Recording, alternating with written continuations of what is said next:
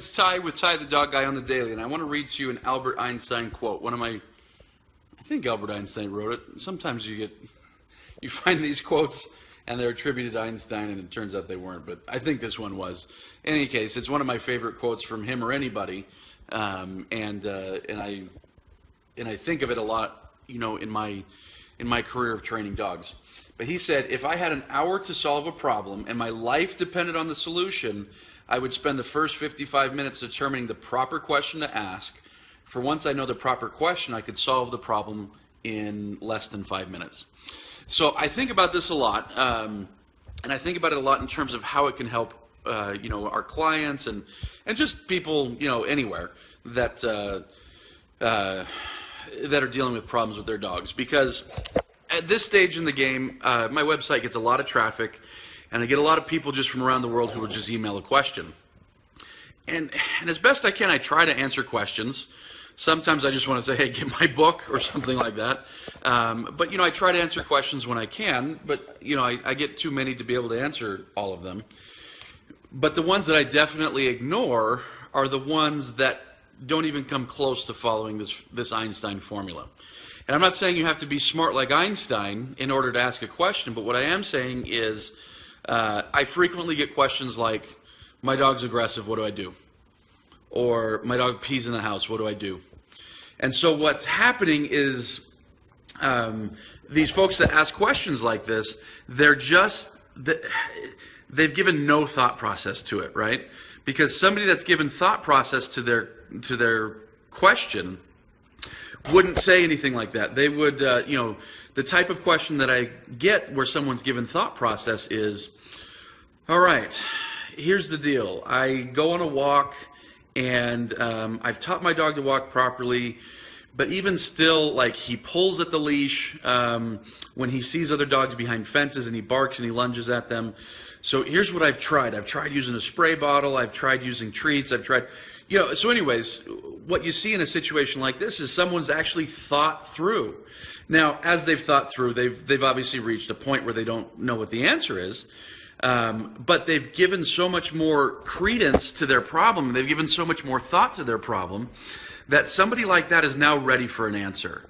Whereas someone's just like, gosh darn it, my dog's barking, what do I do?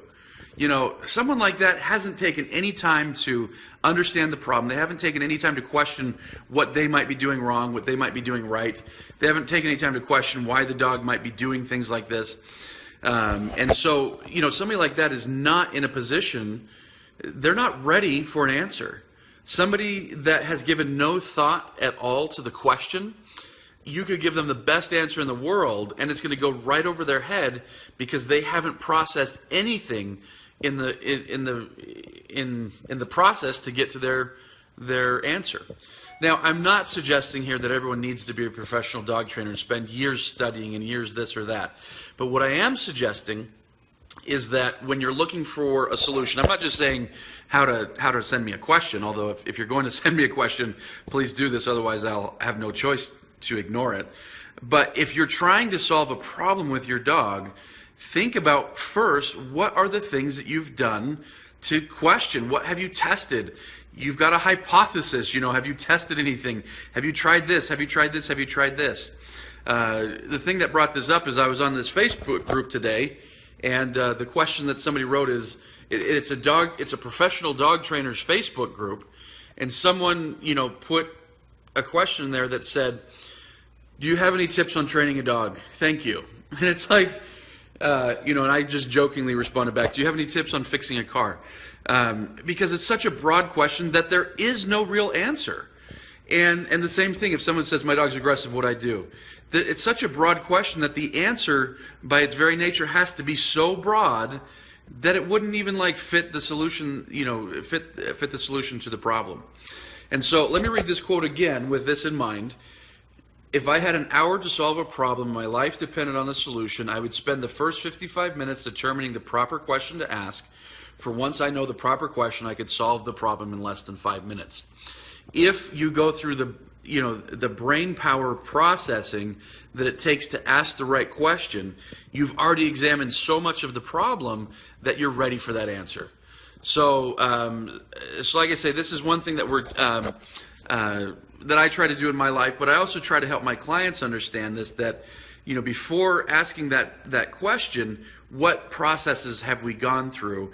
Because not that I don't want to hear a question, but that you're so much more ready to receive an answer when your brain has already questioned so much of what's going on. So hopefully that makes sense.